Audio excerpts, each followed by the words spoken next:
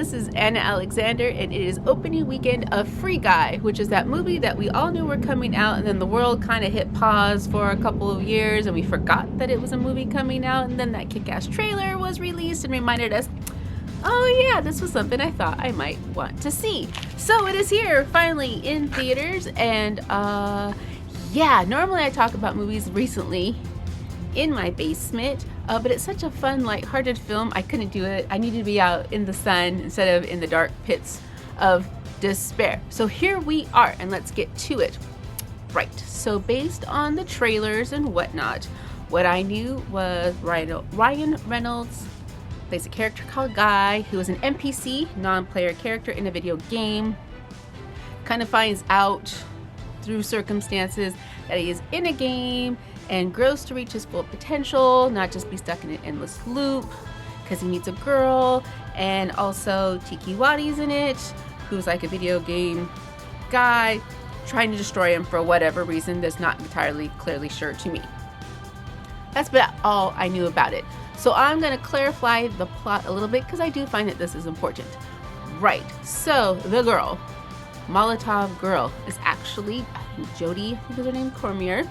Her and Joe Keery were video game designers who sold their intellectual property to Spoonami, who was going to develop their game, but instead just took their intellectual property, claimed it was theirs all along, cut them out of the deal, and so now she is in the game trying to find evidence that her game is somehow still in this Free City game so she can win her lawsuit.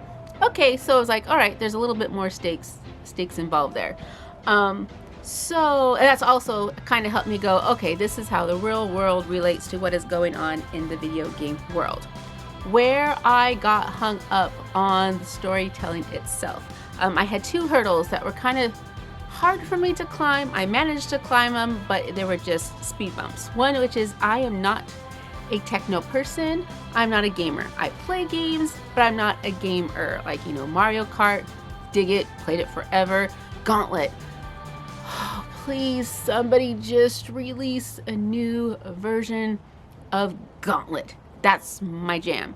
So, when she's talking about how she's playing the game to find some evidence and where they find the evidence, even for me, it was a stretch. It's like, I'm pretty sure that's not how this technology works. And so I don't know if people who are gamers, who have developed games, who are coders, if they would get stuck on that as well.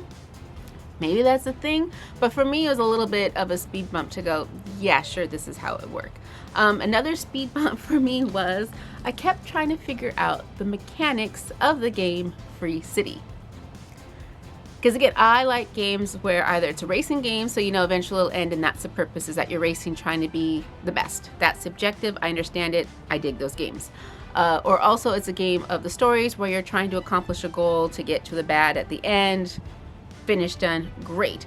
This game mostly just seemed like you as a player would go around just shooting people, whoever they are, and stealing money or collecting money when you kill or shoot people.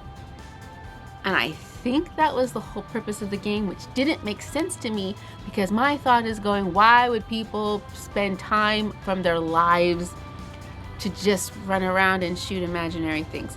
I'm guessing there's games out there. I don't know.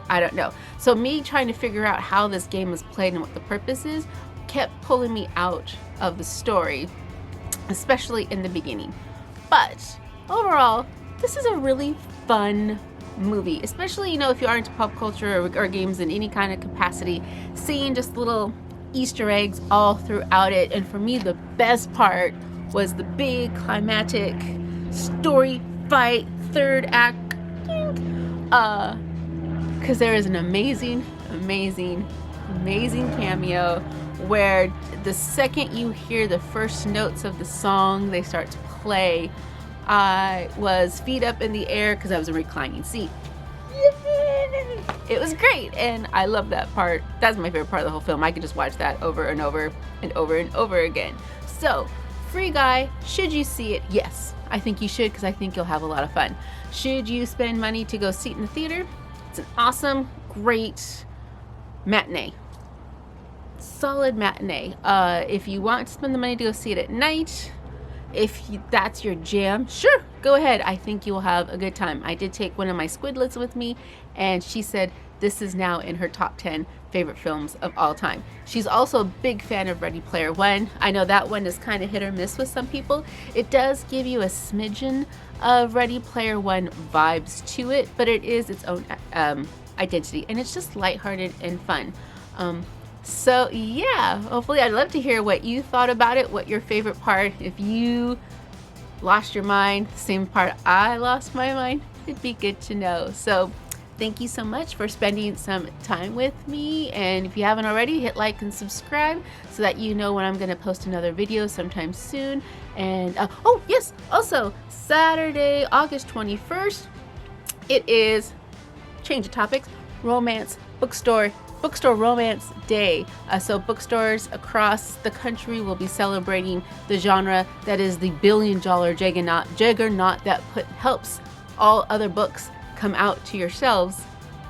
We're celebrating that genre, and I will be in the tiny town of Yakima, Washington, Inklings Bookshop, signing books with a bunch of other awesome authors such as Shelley Stevens and Maria Bradley and Katie Roberts and Marie Tremaine and I think Shirley Pennick, and I can't remember who else, but they're great, fabulous. So if I see you in Yakima, say hi. And yeah, until next time, y'all.